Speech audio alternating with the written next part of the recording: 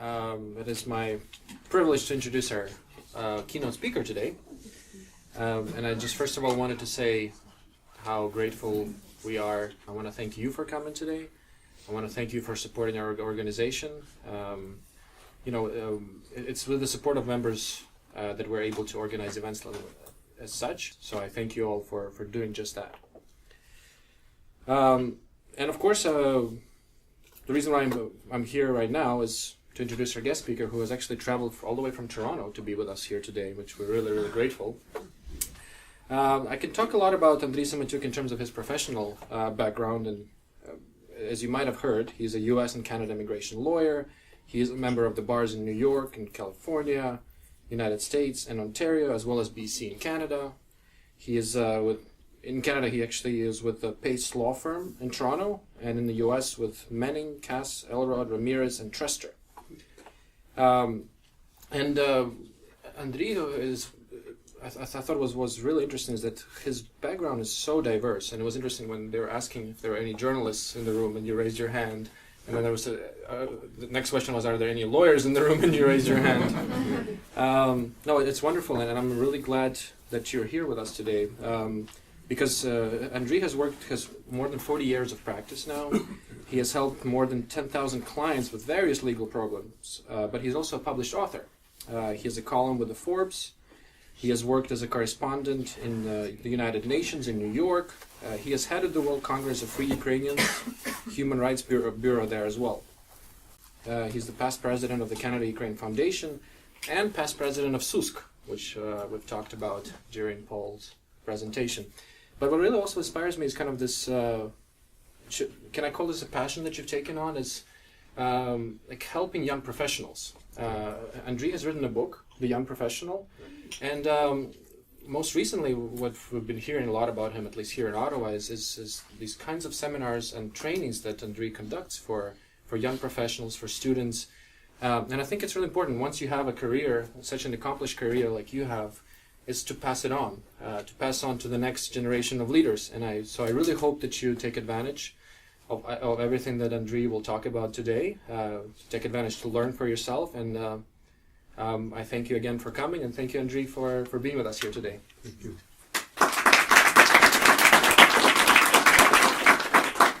Well, thank you for that not interruption, but introduction, and good afternoon. Not long ago, two guys in a bar were sitting in a bar in Boston, and one guy says to the other, "So, where are you from?" And the second guy says, "Well, I'm from Dublin." And the first guy says, "Well, that's interesting, so am I. Where did you grow up in Dublin?" "Oh, on St. Patrick's Street." "Well, that's amazing, so did I. What school did you go to?" "Well, I went to St. Mary's School." "That's incredible, so did I." And this conversation continued. Meanwhile, another patron entered the bar, went up to the bartender and says, "Hi, Joe, how are things?" And the bartender said, "Oh, fine. Just the O'Malley twins are drunk again." So, that's a little story about forgotten history. And today I want to talk a little bit about forgotten history here and our Ukrainian history. And that's going to tie into the issue of leadership and a changing world and how we deal with a changing world. But the place to start, I think, is that I find it almost incredible that it's been 50 years since I first came to Ottawa and met Senator Paul Yuzyk. Let me just ask, how many of you here today are 20 years, or in their 20s? How many of you are in their 20s? So there's a few. I was 22 back then. And it was my honor to meet Senator Yuzyk. And through basically through his daughters, I was brought into the Senate. I met Vera Buffard. Some of you may remember her, who worked with Senator Yuzyk. And I started working with them,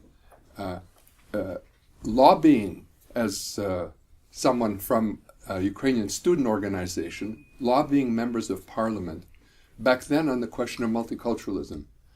And the reason I was here was the Ukrainian Canadian University Students' Union, SUSK, sent me as a field worker to spend a summer here. It was in 1971.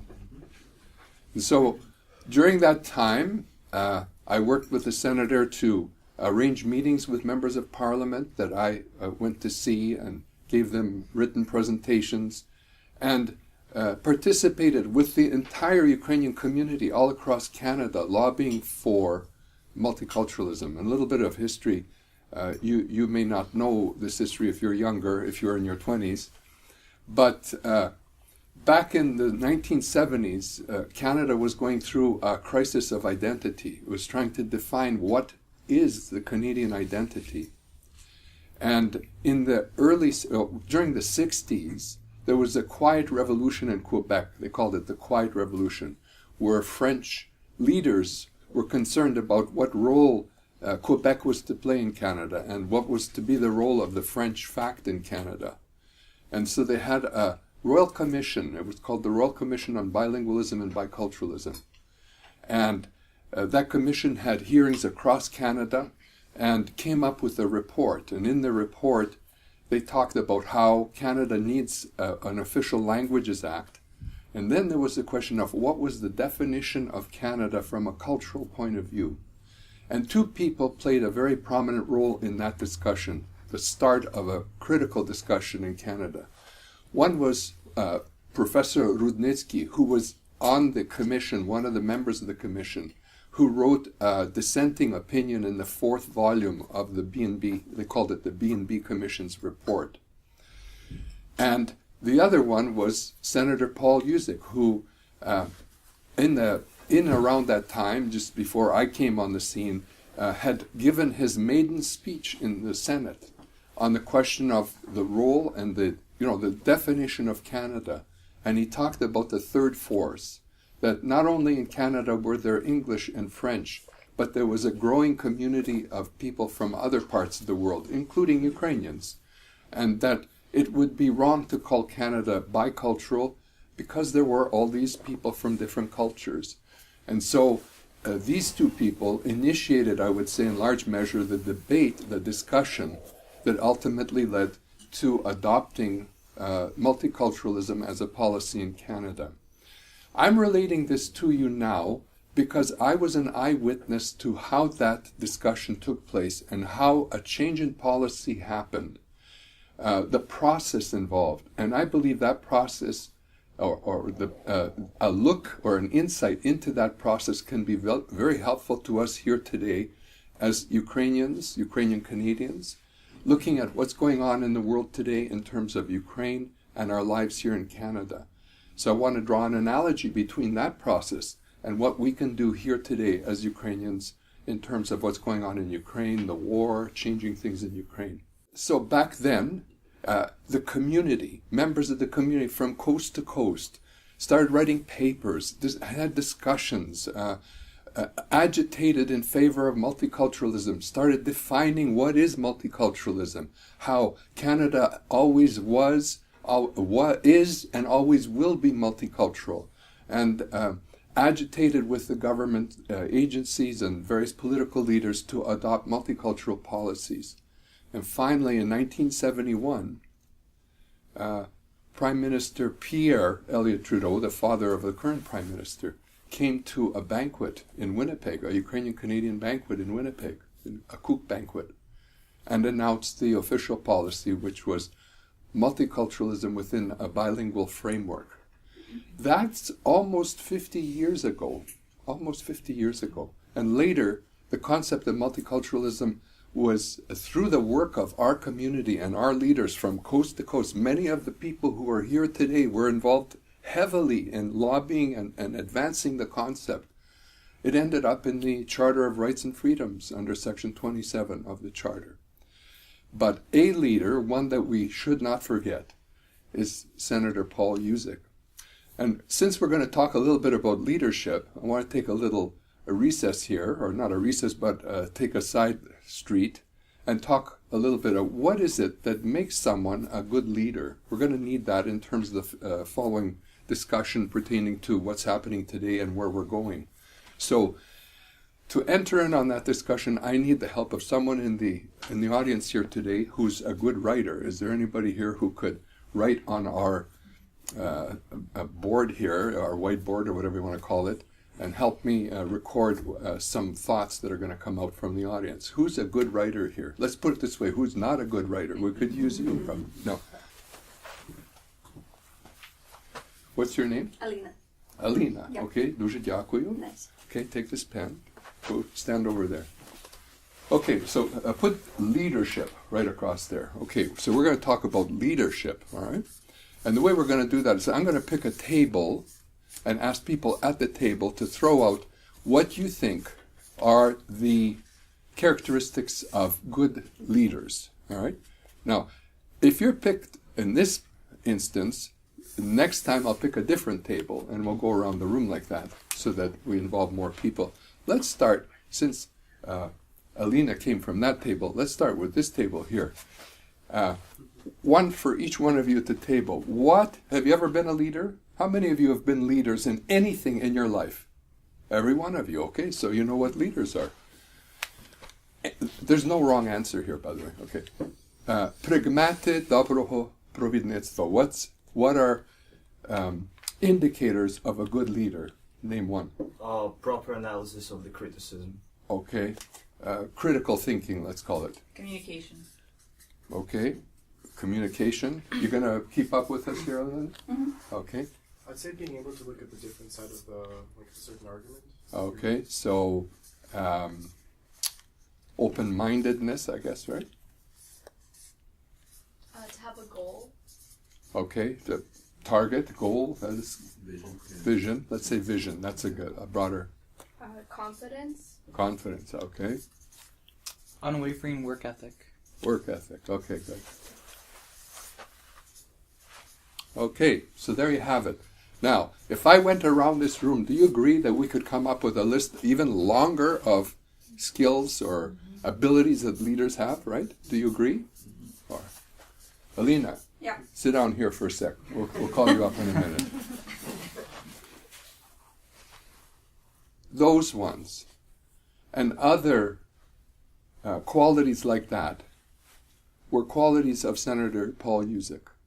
And if I were to add something to the leadership discussion, I would add character, integrity, honesty, sincerity. Paul Yuzyk was such an individual. I think his hallmark was his honesty, his sincerity. There was no BS with him. He spoke his mind. He was gentle, kind, caring, but he was sincere and honest, and he had integrity. And that's what I admired in him as a human being. He allowed me to use his room, his office, to call all these people. And like, who was I? I was a 22-year-old kid phoning around to all these members of parliament, asking them if I could come and see them and then deliver papers, submission papers on multiculturalism to them. It was an incredible experience. Paul later influenced me in another way. I became president of the Ukrainian Canadian University Students' Union, SUSK. And during that time, we worked on human rights, the problem of dissidents in Ukraine, the persecution of leaders in Ukraine, writers, artists, and so on. There were people, Moroz, Shumuk, Chornovil, all these people. And Paul Yuzyk was a leader in terms of defending those people. And then later, in 1975, Paul came to New York. Actually, he, first of all, talked me into taking a role in working with the World Congress of Free Ukrainians to establish a human rights bureau at the United Nations in New York. And then, after I did that, he came to New York for a session of the General Assembly of the United Nations as a delegate. And while he was there, he lobbied for Ukraine. He went around talking with delegates about Ukraine's situation and the human rights problems and all that kind of thing. And then later, I remember one evening, just to give you an insight of what kind of a person he was, he noted that the Canadian delegation at the UN was holding a meeting, like a social. And he comes to me, he says, Andriy, I'm a Canadian, you're a Canadian. Canada's holding a social for Canadians. Let's go, you come with me. I said, but I'm not a delegate. He said, don't worry about it, just come on. And so I came with him, a little awkward, because I'm not really a diplomat or anything like that. They're all a room full of diplomats. But he wanted me to be there to talk about Ukraine and the situation in Ukraine. And I did. So those are a few little insights about Paul Yuzyk, and that's one of the reasons why I'm here today. I wanted to share with you what a great man he was, and how much I regret that he's not with us now, and his leadership. We miss it. Anyway, now we're back onto leadership. And the question is, what kind of leadership can we show in a changing world, like in the dynamics of the world that we're in today? Here we are in Ottawa. We're basically either expats from Ukraine or people who may have been born here but who have interest in Ukraine, some kind of affiliation with Ukraine, and also with the Ukrainian community here. So what role can we play as leaders in this situation? To address that topic, I'm reminded of the fact that every day when I'm in my office, when I turn on my computer, almost every day, I see some kind of news about the war on the Eastern Front in Ukraine. And I say to myself, I can't get away from this. This is something that's like a part of my life every day. And I'm sure it's a part of your lives as well. You're watching the war and the conflict with Russia, and you're thinking, how could we make it better there? How could Ukraine be better off? And just to look at that issue, I invite you to consider, what does that region of the world, Ukraine and Eastern Europe, look like today from your vantage point? And would you agree that some of the things that you see there are that Ukraine is in the midst of a nest of states around it that are not exactly very sympathetic to democracy, freedom, and human rights? You got Russia, Belarus, you got Poland, which right now has a leadership that's not exactly very sympathetic to Ukraine and sort of a little bit on the hard side in terms of human rights. Hungary, you got Turkey. You're surrounded. Ukraine is basically surrounded by countries that are, I'm going to say, probably going in the wrong direction in terms of if you want to advance human rights and liberty and a better life. So, and there's the war, and you're fighting an enemy that's got nuclear arms, and warehouses full of trolls that are sending false lies and confusing everybody on the internet and breaking into election campaigns and falsifying information and confusing people. How do you fight such a big enemy? How do you deal with that situation? How do we here in Canada right now, here in this room, what can we do? What can we do? If that is what Eastern Europe is, if that's what Ukraine is right now, and Eastern Europe is right now, let's ask, what should it be like? What should Eastern Europe really be doing that it's not doing now? And I'm going to suggest that what Eastern Europe should be doing right now is competing with the rest of the regions of the world, with Western Europe, with Asia, with North America, etc. But not with nuclear weapons and tanks and missiles and war, but with art, with music, with technology, with medical advances, with architecture, with engineering. That's what I believe Eastern Europe should be contributing to the world. And if we can play a role in moving Eastern Europe, and especially Ukraine, because that's our homeland, from where it is now into the region that it could be, we need to try and contribute in some way. Now, how do you do that? Well, I believe what's required is a new philosophy. What's wrong is, like in the multicultural case that I discussed earlier, there needs to be a change in thinking. In Canada back then, the thinking was Canada was a bicultural country. And what we needed to do was pull out that software and put in a new software. The software was multiculturalism. It was a new philosophy of life. And today, in Eastern Europe, they have a software that's wrong from our point of view, if you are following with me and if you are inclined to hope that it would be a more democratic, free society in terms of the countries there. The software that they have can be defined as duplicitous, deceitful, belligerent, self-serving, and you can go on with these adjectives. But that seems to be the dominant, those are the dominant values that it seems that region of the world has. And the question is, how do you change those values to a new set of values? Well, you have to define the values. So I've thought about this a little bit, and I'm going to ask you, maybe you have some thoughts on this. So, Alina, back up to the board. Let's take on a new piece of paper here. What I'm going to ask, this time we'll go over here, and perhaps over in there. Let's ask, okay, so democracy, let's put down, we'll define it as democracy, all right? What are, in your view, some characteristics of a free democratic society? What are the component requirements to have a free democratic society? Now this is, I recognize that maybe you don't deal with this every day. That maybe you're dealing in, fasolia, kapusta, barabolia, because you have to prepare stuff for your family. I know that. But I'm asking you to work from your higher self and just come up with an idea or two. What do you think a free democratic society, what are some of the things that it would need in order to be, what would it have to respect? What kind of values would it have to have? Now I know this is a bit of a challenge, I'm putting you on the spot, but if you can, what would be some, in your view, some things that a democratic society should have to be a democratic society? I'll start with you. Do you have any suggestions? Human rights and the rule of law. Human rights. Actually came up with two, human rights and the rule of law. Ideologically based political parties. Ideologically based political parties. Can you help me a little more with that?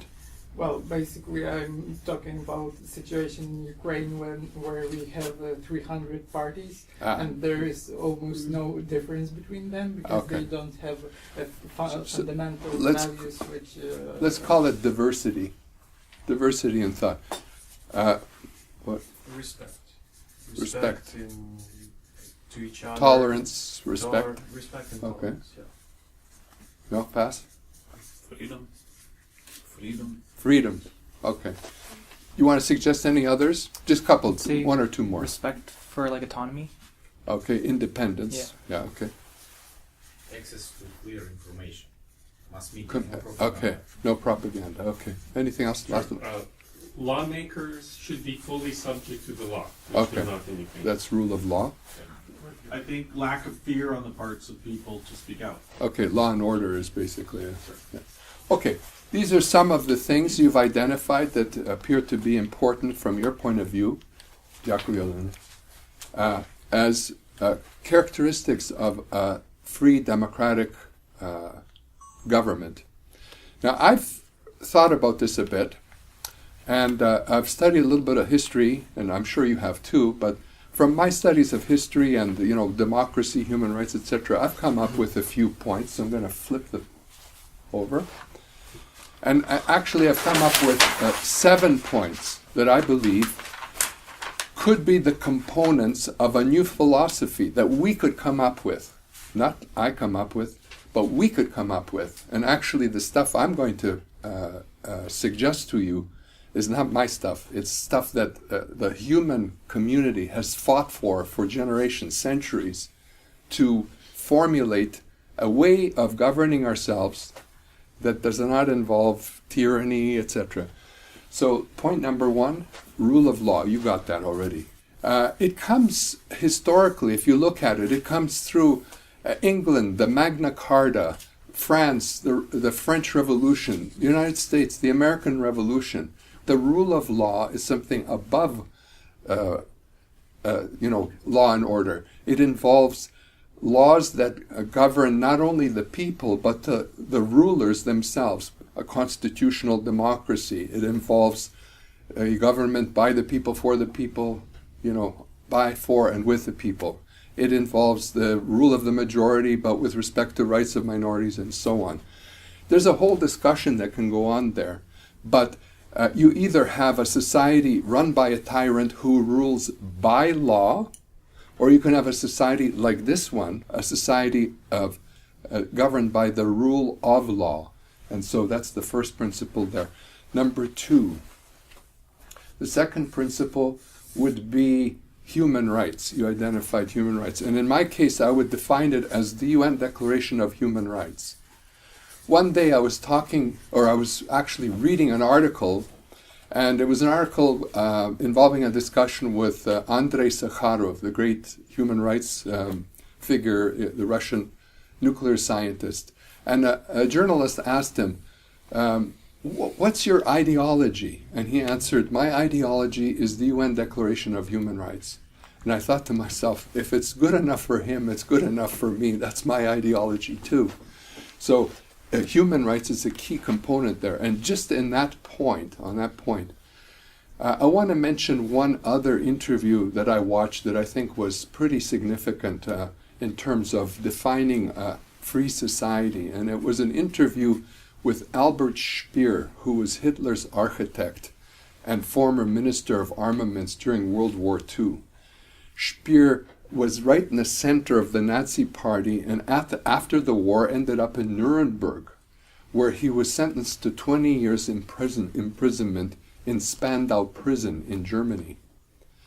And so he served his 20 years imprisonment, and he was released, and then was interviewed by a journalist on his release. And the journalist asked him, Mr. Speer, you were in the center of the Nazi Party. You were the former Minister of Armaments. You conducted a war that killed 50 million people. You spent 20 years reflecting on this. What is the moral to the story? What is the moral to the story? He answered, the moral to the story is restraining a free press will result in the same kind of tragic consequences. I took that to heart, and I believe that, sincerely to this day. Beware, we need a free press. Anyway, so that's human rights. Number 3. Number 3 is the Helsinki Final Act, the Helsinki Accords. The Helsinki Accords were signed in the 1970s. All the nations of Europe got together and held a meeting to talk about what could be done to secure the borders of the countries of Europe. And the essence of their discussion was, we've run 2 world wars. World War I, where 40 million people died. World War II, where 50 million people died. And a lot of it was all about boundaries, all about changing boundaries of states. And so we're going to agree here under the Helsinki Accord that no boundaries in Europe will be changed without agreement, that aggression and violence and war is not a way to change boundaries. So I believe that should be a fundamental principle in terms of a new philosophy of dealing with Eastern Europe and indeed with our lives here in North America. Number 4. Number 4 is the UN Convention Against Corruption. I think corruption is the number one issue in Russia today. And Russia essentially exports corruption to other societies, including Ukraine and elsewhere. Indeed, corruption's a number one issue worldwide. And there's no way you're going to fight corruption in one country and get anywhere. You have to fight corruption on an international scale, and certainly at least on a regional scale. So for Eastern Europe to go from where it is today to where it needs to go, you have to fight corruption. So that's why I named the UN Convention Against Corruption. Number 5 is the Paris Climate Accord. It doesn't take Ukrainians very long to know, in light of Chernobyl, that we have to respect our environment and to be concerned about global warming. And the Paris Climate Accord is basically a starting place. It's not the end, it's the beginning of a discussion about respecting the environment and living in a society where you have a chance of having a future. 200,000 years ago, Homo sapiens appeared on this continent, 200,000 years ago. But now we are seeing potentially in a decade, 2, 3, at least in a generation or two, the end of our entire species. unless we pay attention to the issue of environment. So that's why I believe it has to be one of the components. Number 6 is diversity. You identified diversity.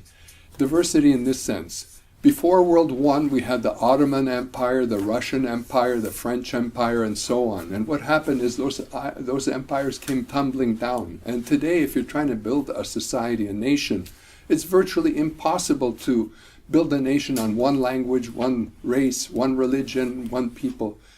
There are all kinds of people in every society.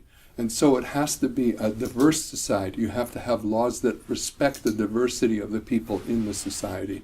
Both religious diversity, racial diversity, and other kinds of diversity. And number 7 is globalization. The operating rule in globalization, I would say, is we can have anything we want so long as we help enough other people get what they want. But if you want to get into globalization in any depth, Thomas Friedman's book, The World is Flat, is a good place to start. Let's face it, and you heard some of this stuff earlier today, the internet, cyber advances, artificial intelligence, the transportation systems that bring us close from one part of the world to the other. Whatever happens on the other side of the globe, say like Ebola, is going to affect us here almost instantly. So we have to, the old saying in Africa is, Nelson Mandela is, think globally but act locally. That maximum is true. We got to think globally but act locally. Anyway, so those are the 7 principles that I suggest could make up the components of a new philosophy, a new software that we could that we could serve or show as an example to Eastern Europe of what we could be like as people. And I would suggest that, now I don't have an exact definition of what a person would be who adopts or believes in these 7 principles, but something like an enlightened democratic activist would be close to what I have in mind for us, to start here. To be enlightened democratic activists along these lines of adopting a new philosophy that can be used and demonstrated through our following of these principles and studying these areas and getting to know them well, to preserve and advance democracy in the world. And what that would entail would be to change the political culture of Eastern Europe. Eastern Europe, because of the fact that Ukraine is caught in this nest of other nations, and the changes alone in Ukraine will not last for long, because I think it can be generally said that if you're in a culture where everybody's a crook, everybody's lying, deceitful, etc., you're not going to last as a saint for very long. You're going to end up being part of that. But on the other hand, if everybody's a saint, you could be a saint. So it's a matter of what values do you adopt? What values do you invite other people to adopt and follow? And this change can happen, just like multiculturalism happened in Canada, just like nonviolence got Indian independence through Mahatma Gandhi's nonviolent action in India, just like apartheid collapsed under Nelson Mandela's leadership in South Africa, just like the civil rights movement was able to change the dynamics in the United States. This very same thing, these very same kind of principles, this change in philosophy could lead to changes in Eastern Europe. Maybe not in 2 weeks, maybe not in 2 years, maybe this is a long-term project. But if it has to be a long-term project, let us start now. You know, the maxim, a journey of 1,000 miles starts with the first step, comes into play. Let us start a new enlightenment here today. Let us light a candle with a new idea. Help in creating this new idea, in advancing this new philosophy here. And let us share the light that we create with other people, one-on-one, not necessarily through broadcasting and the internet, but one-on-one, as like from 1 to 2 to 4 to 8, etc. And over time, we will be able to change the situation in Eastern Europe and indeed our lives here in Canada. Let me conclude these remarks with a little story. Not long ago, I gave a presentation just similar to this one. I heard two people talking. One guy said to the other, you know, if I only have 5 minutes left to live in my life, I hope it's in a presentation where Andriy Semotiuk is speaking. And I thought to myself, wow, what a compliment. And then he added, because Andriy Semotiuk is the only speaker I know who can make 5 minutes seem like an eternity.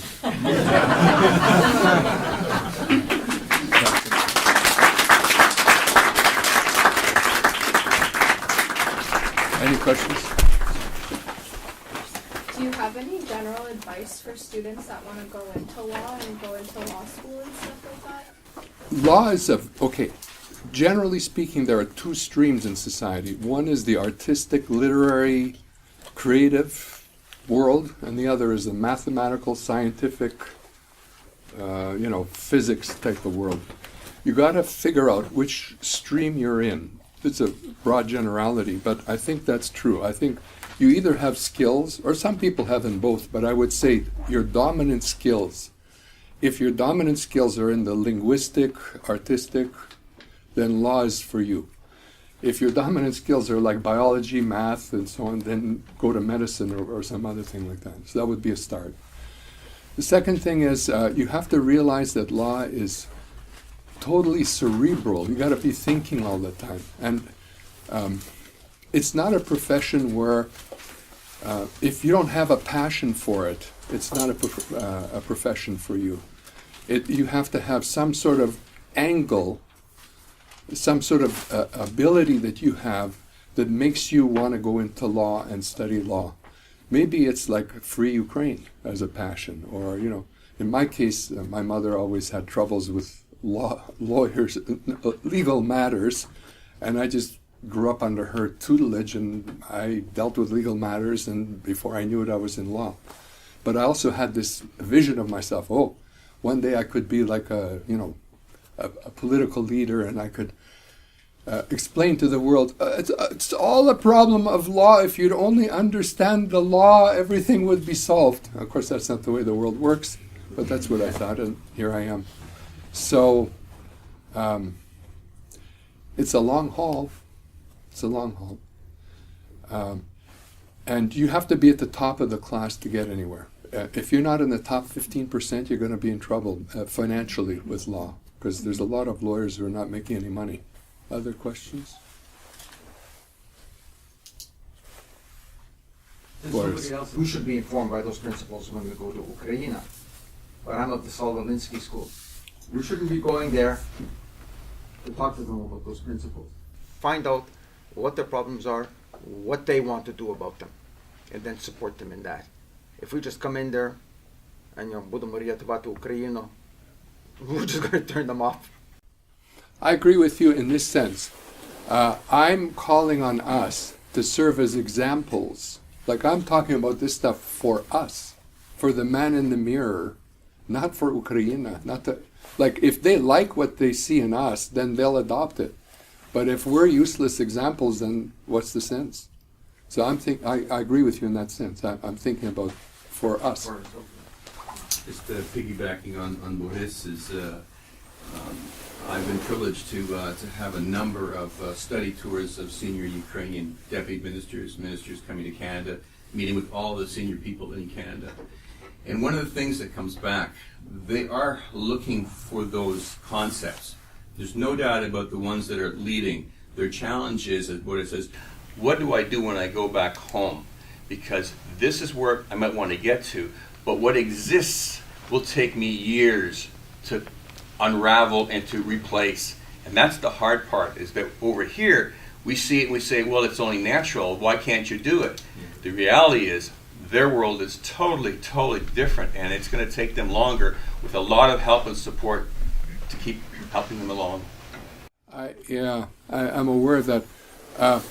an example of how, for example, in the case of corruption, which is something they deal with every day, I talked to a guy named Marinovich. You may remember him. He was a dissident. He's now the vice rector at Ukrainian Catholic University, and I had a chance to talk to him about that subject. And he said, we should adopt a philosophy that I will never either give a bribe nor take a bribe. I will never put my interests above the interests of the organization I serve or the country that I'm in. I will not advance my family members or friends at the expense of qualified people who are applying for positions. So there's kind of a credo, but like I can't, I'm one person, I don't have a complete total definition of all this stuff. But like in multiculturalism, I didn't have a definition. None of us did. We had to work together to come up with a definition of how to go from here to there. So, we have a debate to go through and a discussion, like it's going to be conversation, movement, and then hopefully at some stage implementation. But I think we're quite a long ways yet. But I believe the number one problem, like this building we're in, this room that's here, it was started with someone's idea. Someone decided, okay, we're going to have a hotel and a room like this. The plan comes first, and then you build the building. Right now, we don't have the plan. We don't have the software. We don't have the philosophy yet defined that needs us, this enlightened philosophy, like the Enlightenment from history, through all medieval thinking, and you saw in the art, like tremendous creativity and so on. I think we need something like that now in terms of the thinking. And we need it here as well as over there. Like what's happening in the United States, and we're just sort of, whatever happens there is likely to come here, or it can come here. There are elections that are happening that are not very reassuring in terms of what's going on. So there's a lot of work ahead of us.